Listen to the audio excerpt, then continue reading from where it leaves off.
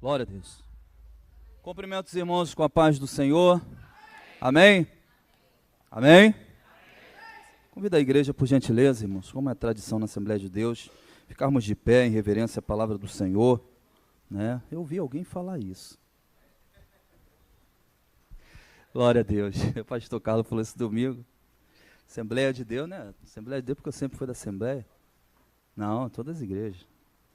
Quero ler com os irmãos Atos capítulo 2, versículo 42. Glória a Deus. Graças a Deus, estamos bastante alegres, irmãos, nesse momento tão importante. Eu digo que sempre digo isso, que a Santa Ceia é o culto mais importante da igreja. É o momento de celebrarmos a Cristo, aquele que deu a sua vida pelos nossos pecados. É um ato de trazermos à memória esse sacrifício tão lindo que o nosso Cristo fez por nós. Os irmãos acharam? Amém? Essa abençoada aqui mudou para ARC. Vou botar aqui na ARA. Diz assim: e perseveravam na doutrina dos apóstolos, e na comunhão, no partir do pão e nas orações. Em cada alma havia temor, e muitos prodígios e sinais eram feitos por intermédio dos apóstolos. Todos os que creram estavam juntos e tinham tudo em comum. Vendiam suas propriedades e bens, distribuindo o produto entre todos, à medida que alguém tinha necessidade, diariamente perseveravam unânimes no templo, partindo pão de casa em casa, e tornavam as suas refeições com alegria e singeleza de coração, louvando a Deus e contando com a simpatia de todo o povo. Enquanto isso, acrescentava-lhes o Senhor dia a dia os que iam sendo salvos. Bendito Deus, esta é a tua palavra. Pai, fala conosco, alimenta a nossa alma através da tua palavra, no nome de Jesus. Amém. Podeis assentar, meus queridos irmãos. Glórias ao nome do Senhor. Irmãos, esse texto, essa passagem bíblica, né, nós estávamos ali no luau do Ide Pregai. Aí o Guto pediu para eu trazer uma palavrinha de 10 minutos, eu comecei a estudar ela, falei, se eu falar tudo não vai sair 10 minutos. Acabei que eu estudei, pesquisei e gerou essa mensagem que eu quero trazer para os irmãos, para nos trazer uma edificação espiritual, né? Para acrescentar no nosso conhecimento e para o nosso crescimento espiritual. Eu quero falar sobre o tripé do avivamento. Eu quero falar sobre a importância de estarmos bem edificados, para vivermos e vivenciarmos um grande avivamento, quer seja coletivo, quer seja individual, quer seja na nossa família, no nosso ambiente de trabalho.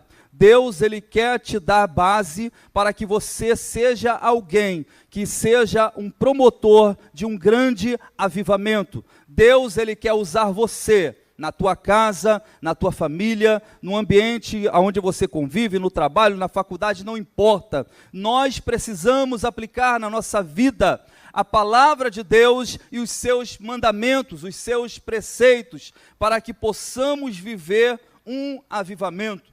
O texto que lemos, que está em Atos dos Apóstolos, quando Jesus ele vai designar aos seus discípulos para ficar em Jerusalém. Lá em Lucas, no capítulo 24, versículo 49, Jesus ele ia subir na sua ascensão. Quando ele ressuscitou, ficou 40 dias entre os discípulos. Depois da sua morte, ele vai agora aconselhar para que os discípulos ficassem em Jerusalém. E lá em Lucas 24, 49, ele diz: e eis que sobre vós envio a promessa de meu Pai. Olha só, ficai, porém, na cidade de Jerusalém, até que do alto sejais revestidos de poder. O que Jesus está dizendo para os discípulos: fiquem em Jerusalém, até que do alto sejais revestidos de poder. Ele está falando que é condicional de vocês estarem em Jerusalém. Ele estava dizendo para os discípulos, até que o poder venha, até que o Espírito Santo venha, até que o Consolador venha, ficai em Jerusalém. Lá no capítulo 1 e versículo 8 de Atos, ele diz: mas recebereis poder ao descer sobre vós o Espírito Santo, e sereis minhas testemunhas, tanto em Jerusalém, como em toda a Judéia, Samaria e até os confins da terra.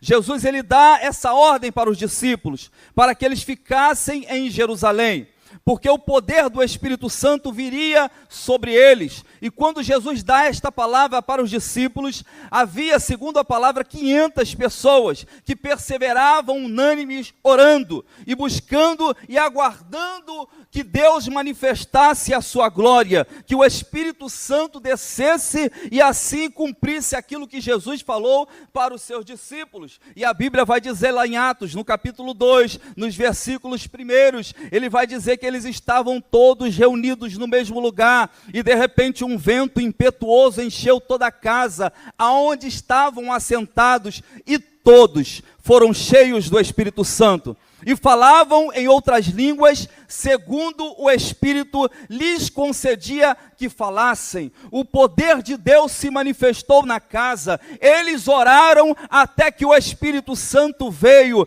e eles foram revestidos de poder, eles foram revestidos de autoridade. Pedro, que outrora tentou voltar a pescar, agora Pedro, ao ver aquela manifestação da glória de Deus, ele toma a palavra, e ele começa a pregar com autoridade, e o texto vai dizer que ele era iletrado, mas quando a autoridade de Deus vem, quando o poder do Espírito Santo vem, ele capacita aquele que não tem nenhum vigor, aquele que não tem vocabulário, que não sabe se expressar. O Espírito Santo deu autoridade para Pedro, e agora ele começa a pregar com tanta autoridade, que a Bíblia vai dizer que 3.000 almas foram batizadas.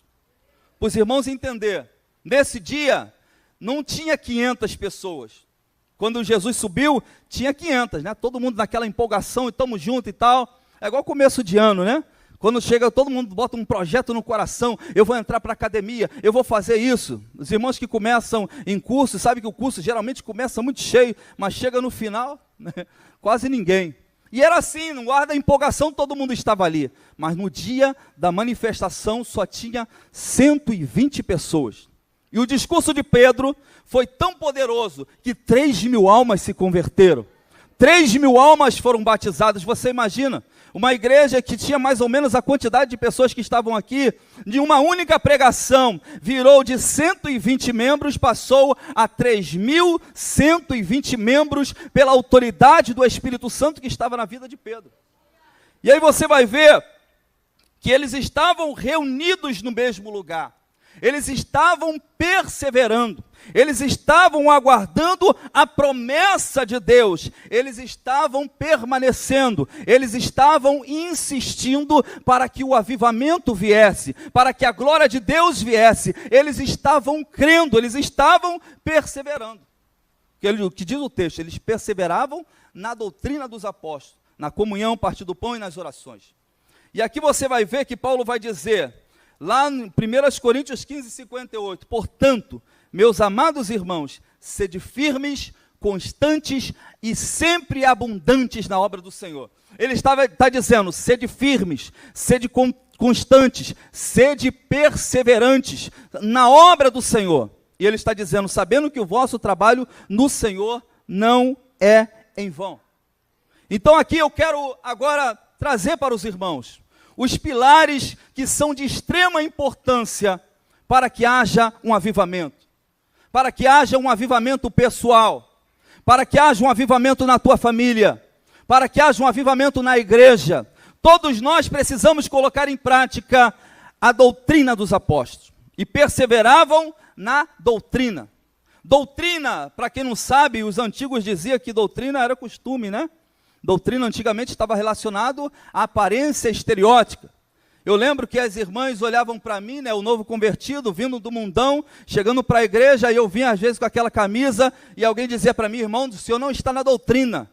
Aí eu não entendia nada, doutrina, como assim? A doutrina é aqui, e tem que usar uma camisa com combinação. Né, os irmãos que são mais antigos aí, né, sabe mais ou menos, pastor Carlos, né, os irmãos são pastor Oséias, né? Naquela época, irmão, você tinha que usar combinação para poder estar na doutrina. Porque na cabeça de muita gente, doutrina estava relacionado a costumes, a aparência. Mas doutrina está relacionado a ensino.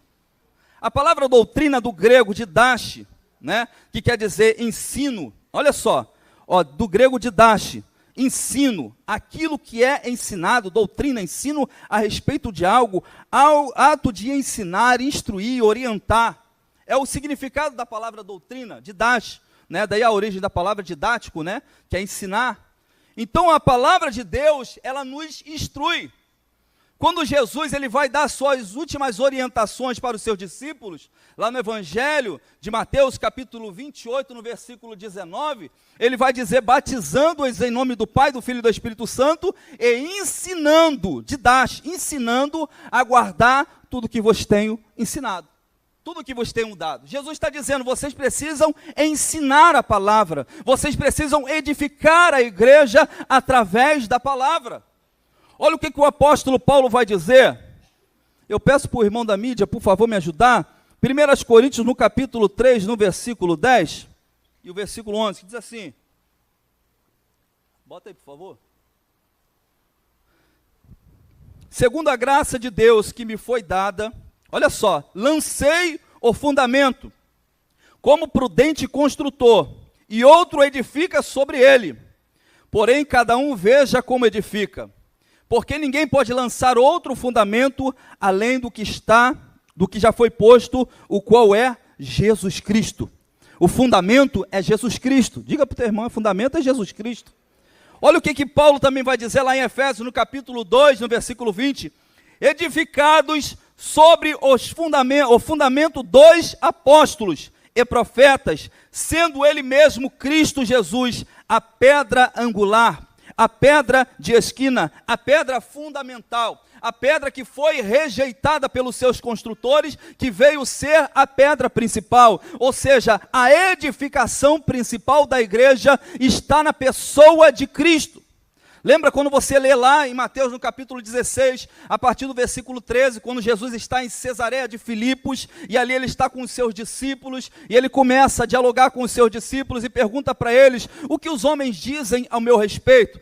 Quando Jesus faz essa pergunta para os discípulos, ele não estava preocupado com a reputação dele, ele não estava preocupado com o que os outros estavam pensando dele, ele estava preocupado com o que os discípulos tinham aprendido acerca dele.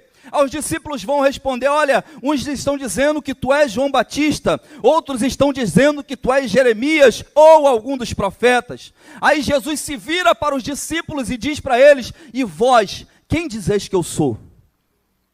Pedro, ele cheio de autoridade, ele toma a palavra e diz assim, tu és o Cristo, o Filho do Deus vivo. Ele está dizendo, eu tenho convicção de quem tu és o Cristo, o Filho do Deus vivo. E Jesus vai liberar uma palavra para Pedro e vai dizer, não foi carne e sangue que te revelou, mas o meu Pai que está no céu. E também te digo que tu és Pedro, e sobre esta pedra, Jesus está falando dele, sobre esta pedra edificareis a minha igreja, e as portas do inferno não prevalecerão contra ela. Ele está dizendo, enquanto a igreja estiver pautado na palavra, enquanto a igreja estiver edificado na pessoa de Jesus Cristo, não tem poder do inferno, não tem autoridade do inferno que possa prevalecer contra a tua vida. Deus vai avivar a tua casa, Deus vai avivar a tua família, Deus vai avivar o teu trabalho, a tua igreja, mas você precisa entender, você é base, você é coluna, você está edificado em Cristo. Sobre esta pedra edificareis a minha igreja, e as portas do inferno não prevalecerão contra ela. Irmão, se tem uma coisa que o diabo ele quer fazer, é tirar, roubar a palavra de Deus. Ele quer deixar o povo ignorante, leigo. Ele quer deixar o povo sem instrução, sem orientação, totalmente vulnerável aos ataques de Satanás. Paulo ele vai dizer que nós temos que nos revestir com toda a armadura de Deus para suportar as astutas ciladas do diabo. E uma das maiores estratégias de Satanás é nos ludibriar com a palavra. Foi isso que ele fez lá no Éden com Eva e depois com Adão. Foi isso que ele tentou fazer com Jesus no deserto. Mas a Bíblia diz que que Jesus, quando responde para Satanás, ele diz, está escrito. Ele usava a palavra como arma de defesa e também arma de ataque. O que Paulo vai dizer? Porque a palavra de Deus é o quê? A espada do Espírito. A espada você usa para quê? Tanto, não, a gente não usa, né? A gente se baseia pelos filmes. Como é que eles usam a espada? Ele tanto para atacar, como para defender. Eu imagino Jesus ali no deserto, né, com Satanás, era tipo uma luta de espada, né, que o diabo vinha, tentava atacar ele defendia, e ao mesmo tempo respondia, e o diabo não prevaleceu. Por quê?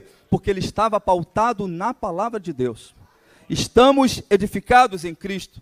Efésios, no capítulo 4, no versículo 14 e versículo 15, diz assim, para que não sejamos mais meninos inconstantes, olha só, levados em roda por todo o vento de doutrina, pelo engano dos homens que, com astúcia, enganam fraudulosamente, antes seguindo a verdade em amor.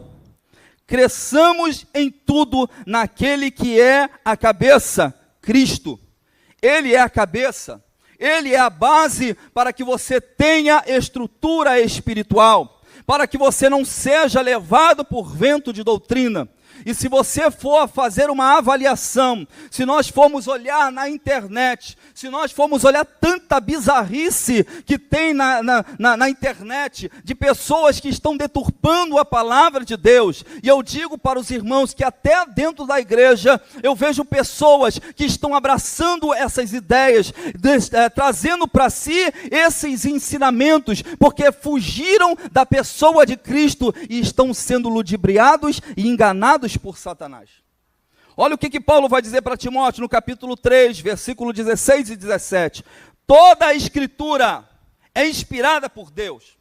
Alguém diz que a Bíblia, ela é parte da palavra de Deus. Ela não é a palavra de Deus, ela é só uma parte da palavra de Deus. Paulo está dizendo, toda a escritura é inspirada por Deus, é útil para o ensino, para a repreensão, para a correção, para a educação na justiça, a fim de que o homem de Deus seja perfeito e perfeitamente habilitado para toda boa obra.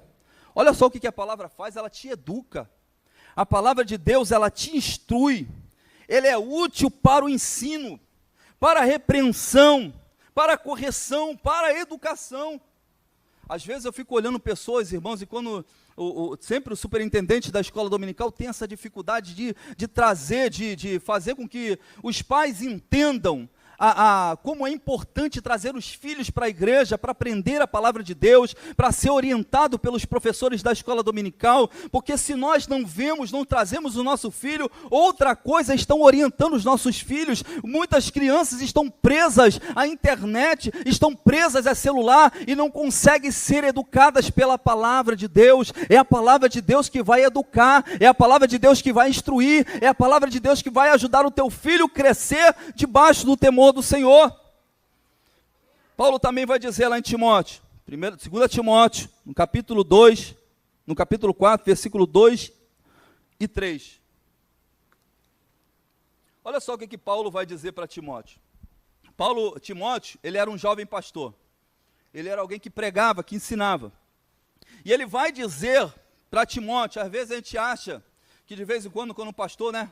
Às vezes o pastor está pregando aqui, às vezes alguém está usando, e às vezes vem aquela palavra um pouco dura, né? Ah, não gostei dessa mensagem. Ah, eu vou lá na igreja do profeta tal, que lá aquele camarada tem uma palavra mais que massageia o meu coração, que eu me sinto mais feliz, né? Que eu me sinto mais agradado. Paulo vai dizer assim, ó, que pregues a palavra, instes a tempo e fora de tempo, olha só, redarguas, repreendas, exorte com toda longanimidade e doutrina. Aqui ele vai usar também o termo didática, ensino, porque virá tempos em que não suportarão a sã doutrina, mas tendo comichão nos seus ouvidos, amontoarão para si mesmos mestres segundo as suas próprias concupiscências. Tem um camarada na internet que ele prega sentado num banquinho, né, e fica dizendo frases emocionais, ficam dizendo palavras emocionais, e no meio dessas frases, ele joga Deus, não, porque Deus vai fazer acontecer, porque Deus vai não sei o quê, aí a pessoa fica ali, aquela coisinha linda, né, fica ali sendo massageado, gostando daquela mensagem, não quer ouvir mais a pregação genuína, Porque a pregação genuína não atrai, irmão. A pregação repreensiva, às vezes, né, pastor Gesiel, afasta as pessoas. Não, porque eu não gosto dessa mensagem, não. Eu quero a mensagem do carro, eu quero a mensagem da riqueza, eu quero a mensagem da bênção. Não, irmão, o que te dá a base é isso aqui. Riquezas, prosperidade é consequência. Jesus disse o quê? Buscai em primeiro o reino de Deus, a sua justiça, e todas essas demais coisas vos serão acrescentadas. Prioridade, palavra, base, estrutura espiritual. Vou avançar aqui para outra base que se chama comunhão. Diga, comunhão. Irmãos, isso é um pilar extremamente importante para uma igreja fervorosa e avivada. Comunhão, irmãos, não é só união. Comunhão não é só eu estar aqui com os irmãos. Não é só eu estar do lado dos irmãos. Não é só eu falar com você a paz do Senhor, se bem que tem gente que não está nem mais falando isso. Paz do Senhor, meu irmão, coisa tão simples, né? Tem gente que perdeu até o simples paz do Senhor. Mas viver em comunhão é algo que do hebraico, do grego, koinonia, fraternidade, olha só, associação, comunidade, comunhão, participação conjunta, relação à parte que alguém tem em algo, participação, intimidade, oferta dada por todos, coleta, contribuição, que demonstre compromisso e prova de comunhão. No versículo 44 que diz, no capítulo 2 de Atos, e todos os que criam estavam juntos e tinham tudo em comum.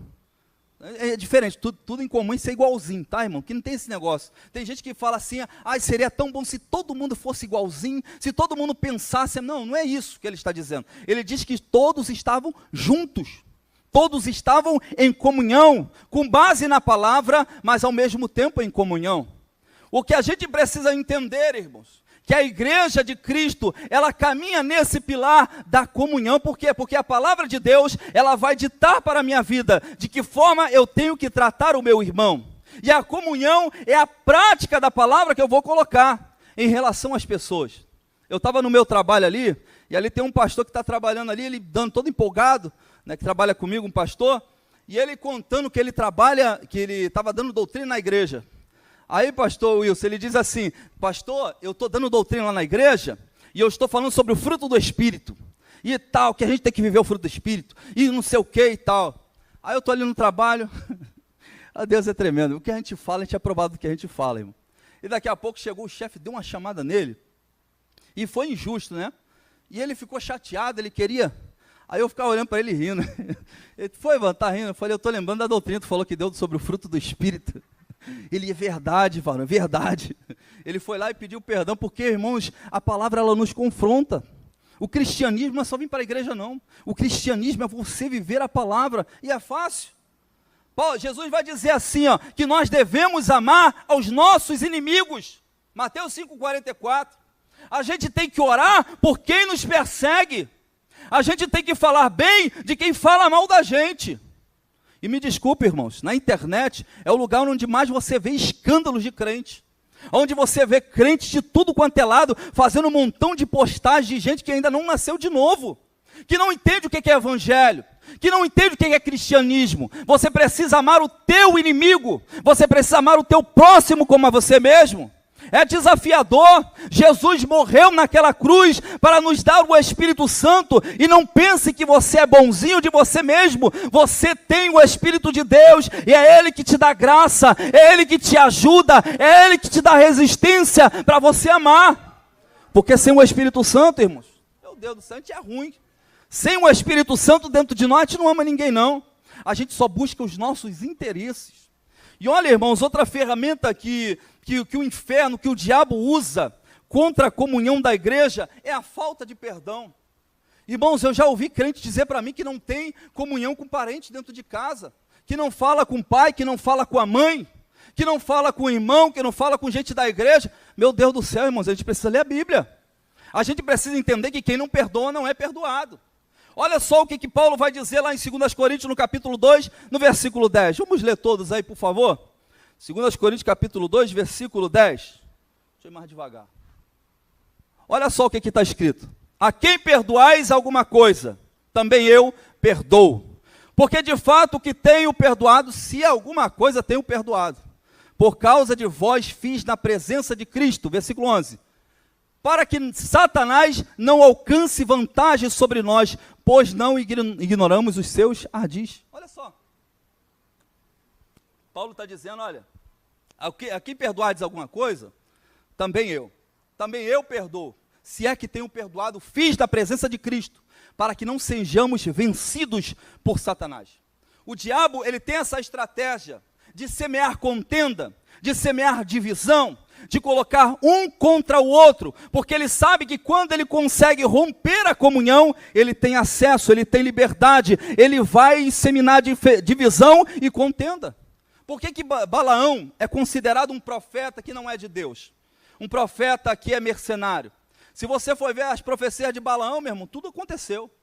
Não vou aceitar todo o ouro de Balaque, vou profetizar, mas a Bíblia vai dizer que Balaão ensinou a Balaque fazer o povo de Deus tropeçar, porque ele sabia que se o povo rompesse a comunhão dele com Deus, o diabo teria acesso, Deus não ouviria as suas orações e o diabo poderia atuar. Esse era o profeta. E tem gente, irmãos, que está semeando contenda, tem gente que está botando irmão contra irmão. Deixa eu te dizer uma coisa, irmão, se alguém está falando mal de pastor, sai fora disso, irmão. Se alguém se aproxima de você para poder falar mal de ungido do Senhor, sai fora disso. Gente que quer falar mal da liderança, gente que fala mal do pastor, gente que critica a liderança, gente que se opõe à autoridade espiritual estabelecida por Deus, semeando contenda e divisão no meio da igreja. O diabo, ele quer exatamente isso, romper a comunhão. E se nós não perdoarmos, se nós ficarmos na igreja com mágoa, com ressentimento, chateadinho, Pai do Senhor, aí vira a cara, irmãos, nós estamos comprometendo a nossa salvação eterna. Nós estamos arriscando a nossa salvação eterna sem perdoar. E quer que eu digo mais? Estamos vivendo em vão na igreja. Que isso, pastor? Isso é brabo agora. Mas olha quem disse. Jesus. Fala que ele é brabo. Mateus 6,9, ele diz assim, portanto, olha só, vós orareis assim, Pai nosso, que está no céu, santificado seja o teu nome, venha a nós o teu reino, seja feita a tua vontade, assim na terra como no céu, pão nosso de cada dia nos dá hoje, perdoe as nossas dívidas, olha só, assim como nós temos perdoado a quem tem nos ofendido. Aí eu chego ali, pastor Carlos, meu pastor, eu te amo, mas o pastor Gesiel, só o sangue. Aí eu falo, Jesus me perdoa do mesmo jeito. Você imagina? Você já parou para pensar, fazer uma análise? Se Deus for me perdoar, se Deus me tratar da mesma maneira que eu trato o meu irmão. Aí no versículo, olha só, no versículo 14, olha o que Jesus vai dizer. Porque se perdoardes, olha só, os homens, as suas ofensas, também vosso Pai vos perdoará. O que Jesus está dizendo, se você perdoa, Deus te perdoa. Agora no versículo 15, se porém não perdoardes os homens as suas ofensas, tampouco vosso Pai vos perdoará as vossas ofensas. Aí eu pergunto para os irmãos, alguém que não é perdoado por Deus pode ser salvo? Alguém que não é perdoado por Deus pode ser abençoado? Alguém que não é perdoado por Deus pode entrar no céu? Sim ou não? Então o que Jesus está dizendo? Que eu preciso tratar o meu próximo, eu preciso amar o meu próximo incondicionalmente. Tem gente difícil, irmãos, eu sei, tem gente complicada, tem gente que é difícil de você lidar, gente chata, gente fofoqueira, gente mentirosa, trapaceiro, caloteiro, tem de tudo na igreja. Mas aqui não é anjinho não, irmão, você não está no céu ainda, estamos na terra. Paulo diz, aquele que começou a boa obra, aperfeiçoará. Nós estamos em processo de reforma, o Espírito Santo está nos moldando, Ele está trabalhando na nossa vida, como o olheiro trabalha com vaso, Ele está moldando você. Então nós lidamos com imperfeições, com falhas e com erros, mas deixe-se tratar pelo Espírito de Deus, deixe que o olheiro trate você, se arrependa dos seus pecados, peça perdão nesta noite, porque nós estamos momento de ceia. Se eu vim tomar isso aqui e tenho algo contra o meu irmão, Jesus disse, se você lembrar que tem algo contra o teu irmão, vai lá, conserta, e depois vem e traga a tua oferta. O perdão de Deus é fundamental, irmãos, para que a comunhão não seja rompida, para que o diabo não tenha acesso em nosso meio. Paulo vai dizer lá em Filipenses, no capítulo 2, no versículo 1 e no versículo 3, até o versículo 3, se há alguma exortação em Cristo, se há alguma consolação de amor, se há alguma comunhão no Espírito, se há alguns entranháveis afetos e compaixões, completai a minha alegria de modo que penseis a mesma coisa, tenhais o mesmo amor, sejais unidos em alma, tendo o mesmo sentimento. Olha o que Paulo está dizendo, irmãos. Que a gente precisa ter comunhão em amor. A gente precisa ter comunhão no Espírito Santo. Comunhão no Espírito Santo. Irmãos, Deus não vai falar uma coisa para a Geise e vai chegar para o pastor Paulo e falar outra coisa, não. O Espírito Santo é aquele que promove a unidade da igreja. Todo dia eu já vi gente entregando revelação de fofoca, como se o Espírito Santo estivesse trazendo fofoca. Não, porque Deus me revelou que fulano de tal está em pecado. Como é que é isso, irmão? Aí eu, em vez de eu chegar para a pessoa no particular e falar assim, olha, Deus me revelou isso, é verdade? Não, então sai fora. Aí a pessoa fica dissimulando, dizendo que foi o Espírito Santo. Deus não é Deus de confusão. O Espírito Santo não vai semear divisão na igreja. O Espírito Santo não vai separar os irmãos. Tem gente dizendo que é Espírito Santo, tem gente que está dizendo que é usado por Deus, semeando contenda e divisão no meio da igreja. Isso vem do diabo, isso vem do inferno. Quem rompe a comunhão da igreja é Satanás, é as portas do inferno, mas elas não vão prevalecer contra a igreja do Senhor. Você pode glorificar o nome do Senhor? Aí olha só o segredo que Paulo vai dizer aqui em Filipenses, no capítulo 2, no versículo 3. Bota aí, por favor, no versículo 3. Olha só. Nada façais por partidarismo ou vanglória, mas por humildade, considerando cada um os outros superiores a si mesmo. Olha só. Forte, né, irmão?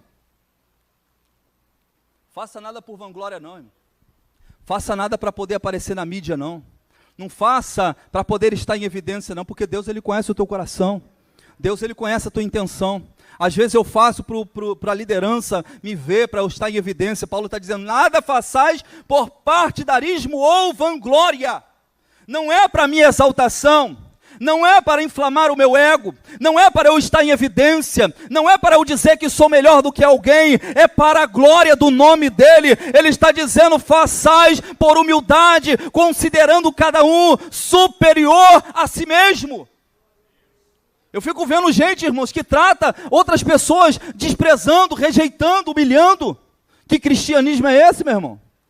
Ah, meu irmão, porque eu sou isso, eu sou aquilo. E às vezes eu fico vendo a pessoa mora na favela, irmão. Cara soberbo, homem soberbo, mulher soberba, metido porque tem mais dinheiro, porque tem mais alguma coisa. Outro dia eu estava vendo o irmão, não, porque eu tenho isso, eu tenho aquilo. 2 barracos na favela, alugado. Eu olhei assim, eu falei assim, meu irmão, glória a Deus. 2 barracos na favela, alugado, e esfregando na cara do irmão que tinha, que eu conquistei. Eu falei, meu Deus do céu, irmão. Se Deus não nos der, a gente não somos nada, irmão. Às vezes a gente pensa que, não, os ricos são soberbos, irmão, você se surpreende muito nesse mundo. Tem tanto pobre metida besta. É ou não é, irmão? Tanta gente, né, pai? Que às vezes pensa que, irmão, nós não somos nada. Considere cada um superior a si mesmo. É difícil. Jesus disse, se alguém bater na tua face, vire a outra face. Sabe o que Jesus está dizendo? Abra mão do direito de defesa, não reaja. Porque isso identifica você como filho de Deus. E ser filho de Deus, irmãos, é um desafio. 1 João 1,7, ele diz, se andarmos na luz como ele na luz está, e temos comunhão uns com os outros, o sangue de Jesus, seu Filho, nos purifica de todo pecado.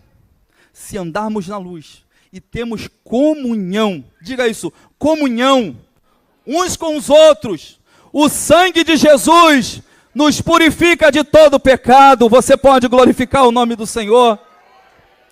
Hebreus 12:14, segui a paz com todos e a santificação, sem a qual ninguém verá o Senhor. Eu preciso ter paz com meu irmão, eu preciso ter comunhão com meu irmão, eu preciso amar o meu irmão, mesmo que seja difícil, irmão. Ame, mesmo que seja difícil, perdoe, mesmo que seja difícil, irmão, dá vontade de... Meu Deus do céu, só fala, a gente pensa, né, em algumas coisas, fala Jesus, a gente está no altar, né, irmão, mas perdoar é difícil. Outro pilar, para a gente terminar, vou pular um aqui, oração, diga oração. Doutrina dos apóstolos, comunhão e oração, é o tripé do avivamento.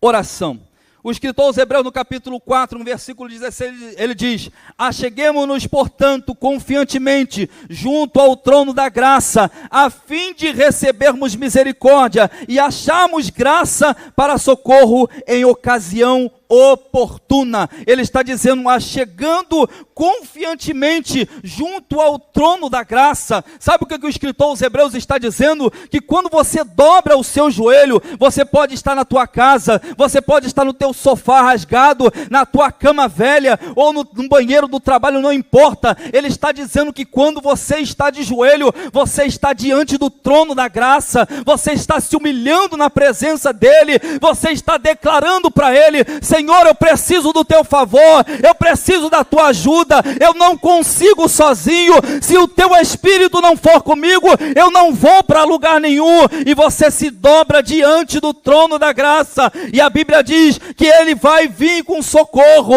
a graça dele virá sobre você, a misericórdia dele vai se manifestar sobre a tua vida. E a gente precisa entender que a oração, irmãos, tem que ser específica. Tem gente que faz tanto propósito, tantos votos, tantas promessas e não consegue entender nem qual é o foco da oração dele. Ele não tem nem oração, irmãos. Eu estava pensando esse dia, tantas coisas que eu orei a Deus, e especificamente eu estava falando até com minha esposa. Eu falei: Jesus, eu orei por essa causa, lembra? E Deus ouviu, Deus fez, que eu nem tinha percebido.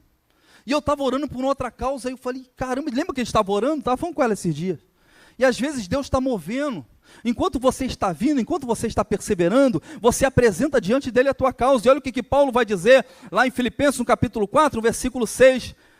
Não andeis ansiosos de coisa alguma, em tudo, porém, sejam conhecidas diante de Deus as vossas petições, pela oração e súplica com ações de graça. Oração, súplica e ações de graça. Eu estou me humilhando e eu estou agradecendo. Não adianta eu me humilhar, eu pedir e murmurar. Não adianta eu me humilhar, eu pedir e ficar questionando. Eu preciso saber oferecer a Deus graças, agradecer a Ele, dar a Ele ações de graça, reconhecer os seus feitos pela minha vida. Irmãos, você já pensou quantas pessoas queriam ter o que você tem? Quantas pessoas, irmãos, eu estava hoje trabalhando de manhã, e eu não aguentei quando ouvi um rapaz falando sozinho. Eu não entendi porque ele estava falando sozinho. Eu cheguei perto dele, ele era cego, e estava querendo que alguém atravessasse ele. E eu falei: meu Deus do céu, eu enxergo, eu tenho minhas duas vistas.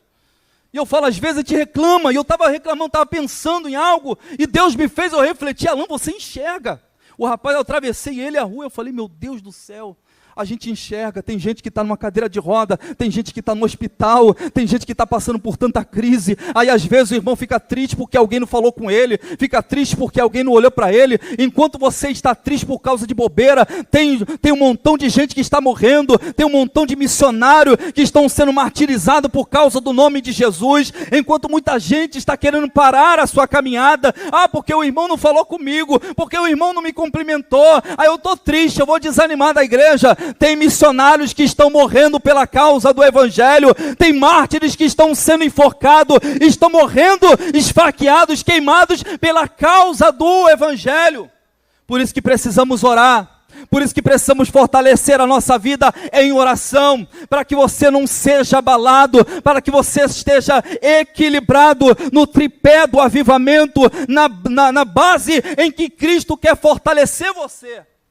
Então preciso apresentar diante de Deus as minhas causas. João 15,7. Se permanecerdes em mim, se vós permanecerdes em mim, as minhas palavras permanecerdes em vós, pedireis tudo e vos será feito. Você percebe que ele está alinhando com a palavra, com a doutrina? Ele está falando: se você ora, você tem que orar com conhecimento da palavra. A minha oração tem que ser pautada nas Escrituras, irmão. O pastor Carlos até pregou aqui sobre Josafá, que orou a palavra. Se a gente orar e não aplicar a palavra de Deus, irmãos, nada vai acontecer. Porque eu estou orando para poder saciar o meu ego, a minha vontade e o meu querer. Tiago diz: pedis e não recebeis, porque pedis para esbanjares nos prazeres que militam na vossa carne. Ele está dizendo: quando minha oração é egoísta, quando a minha oração é voltada para os meus interesses, eu estou pedindo mal. Eu preciso aprender a pedir e a orar diante dele conforme a sua palavra. E olha o que 1 João 5,14 diz: e esta é a confiança que temos para com ele, que se pedimos alguma coisa segundo a sua vontade, Ele nos ouve. Irmãos, eu não preciso determinar para Deus, não. Tem uns camaradas, não, você tem que determinar. Você tem que dizer, Deus, eu quero reivindicar o meu direito. Vai. Você vai reivindicar o teu direito por Deus soberano, pelo Deus eterno. Você vai chegar diante dele, colocar ele na parede e dizer, Deus, se tu não me der a minha bênção, eu vou me desviar, vai embora, meu. Deus não tem esse negócio de ficar bajulando ninguém, não. Ele quer fortalecer você. Ele quer que você apresente a sua causa. Sim, apresente a sua causa. Apresente as vossas petições. Apresente as vossas orações diante dele, que ele vai ouvir. Só que o tempo para ele atender, é ele que determina. É no tempo dele, é na hora dele, é no momento dele, ele vai atender, ele vai ouvir, ele vai manifestar a sua glória. Quem já viveu experiências com Deus, de Deus ouvir as orações, nós não somos alienados, nós não somos loucos, nós já vivemos experiências com Deus, nós já vivemos milagres com Deus, e se Deus quiser ouvir, atender, ele vai atender na hora que ele quer, no momento que ele quer. Talvez seja hoje, talvez seja essa semana, talvez seja mês que vem, ano que vem, eu não sei, mas independente disso, eu vou estar em oração, eu vou estar no altar, eu vou estar me humilhando diante de sua presença. Outra coisa, irmãos, para que as nossas orações tenham efeito, Tiago, no capítulo 5, versículo 16, olha só, confessai, pois, os vossos pecados uns aos outros, e orai uns pelos outros, para que sareis. Aí depois ele diz, a oração de um justo pode muito em seus efeitos. Primeiro ele está dizendo que eu tenho que confessar as vossas culpas uns aos outros, confessar os vossos pecados uns aos outros. E a oração de um justo pode muito em seus efeitos. O que ele está dizendo é que o pecado confessado, ele sara. O pecado, quando se confessa no mundo espiritual, irmãos, Deus está movendo ao teu favor. Porque a dificuldade de hoje, de pedir perdão, de reconhecer o erro, é a vaidade, o orgulho e o ego. Quem já pediu perdão para uma pessoa estando certo? Não é chato, você está certo, a pessoa falou de você, e você vai chegar lá e pedir perdão. Por quê? Para poder você quebrar o teu orgulho. Eu não estou dizendo, tem áreas, irmãos, que os irmãos entendem, os irmãos é maduro, mas tem pessoas, irmãos, que nos afrontam, e você sabe que é gente que não tem libertação do Espírito Santo ainda. Não tem base espiritual ainda. Aquela pessoa está sendo tratada, está sendo moldada, e às vezes ele te ofende. E aí que você precisa colocar em prática isso aí. Você chegar e diante daquela pessoa que você ofendeu, que você às vezes fez alguma coisa que está interrompendo as vossas orações, que está impedindo das vossas orações chegar diante de Deus. A Bíblia diz que o que nos impede as nossas orações são os nossos pecados. Isaías 60 diz isso. E quando, Isaías 59, ele diz isso, que quando nós estamos em pecado, as nossas orações não são atendidas. E você precisa entender que você precisa confessar. A Bíblia diz que aquele que confessa e deixa, alcança a misericórdia. E se você é alguém que pensa assim, mas vão me julgar, mas vão pecar, quem de nós temos autoridade para julgar alguém? Quem de nós somos tão santos suficientes para poder apontar o erro de alguém? Porque quando você aponta o erro de alguém, você está dizendo para Deus, Deus pode me provar no mesmo pecado que eu estou apontando. Você pode me provar no mesmo erro que o irmão caiu. É isso que você está declarando para Deus. A Bíblia diz, dai e dá-se-vos-á, boa medida, recalcada, sacudida, transbordante, porque com a mesma maneira com que tiveres medido, vos medirão também. Lucas 6,38. Se eu estou medindo o meu irmão pelo pecado, pelo erro dele, eu também estou sendo medido diante de Deus. Lá em Gálatas capítulo 6, Paulo vai dizer, saiba perdoar com espírito de brandura, para que não sejais também tentados. Então olha só como é que a oração, ela tem um requisito para poder ela ser ouvida. Eu não posso orar em pecado, eu não posso orar de mal com meu irmão, eu não posso, por mais fervoroso que seja a minha oração, se eu estou de mal diante de alguém, não está passando esse fogo. Não está passando do teto dessa igreja. Então ele está dizendo, confesse, vai até aquele irmão, pô irmão, me perdoa, eu te ofendi, eu estava errado, eu pequei, mas eu quero que a minha oração seja ouvida, eu quero estar enfincado em Cristo, eu quero ter comunhão contigo, eu quero andar na presença de Deus, eu quero viver as bênçãos de Deus, eu quero viver o milagre de Deus. E outra coisa, irmãos, lá em 2 Crônicas 7,14, isso aqui é de forma coletiva, Deus está dizendo para o povo, é uma palavra para o povo, coletivamente para todos nós. Porque há quem pense que igreja é indivíduo. Não, igreja não é indivíduo. Eu sou a igreja, individualmente não. A igreja, ela é coletivo. Nós somos o corpo de Cristo. Membros que dependem um dos outros. Todo o meu corpo está se mobilizando pela minha mente. Tudo o que eu estou falando aqui está sendo ordenado pela minha mente e os membros do meu corpo estão trabalhando em perfeita comunhão. Paulo usa esta comparação em símbolo da igreja, que a igreja é como corpo. Nós estamos unidos em um mesmo propósito. Nós estamos caminhando para o mesmo céu. Você já imaginou se lá no céu, eu chegar diante do céu e dizer, olha, eu não falo com o pastor Felipe não gosto dele não. Tem como entrar? Tem como eu dizer, Senhor, me abençoe e tal, eu estou com raiva do irmão, estou com raiva da irmã.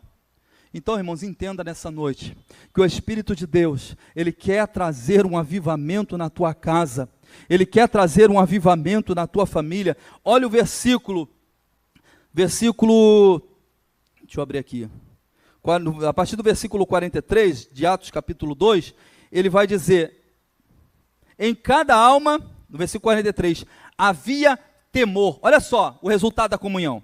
O resultado da doutrina, comunhão e das orações. Em cada alma havia temor. E muitos prodígios e sinais eram feitos por intermédio dos apóstolos. Olha o avivamento, irmão. A igreja estava perseverando na doutrina dos apóstolos. A igreja estava perseverando na comunhão. A igreja estava perseverando na oração.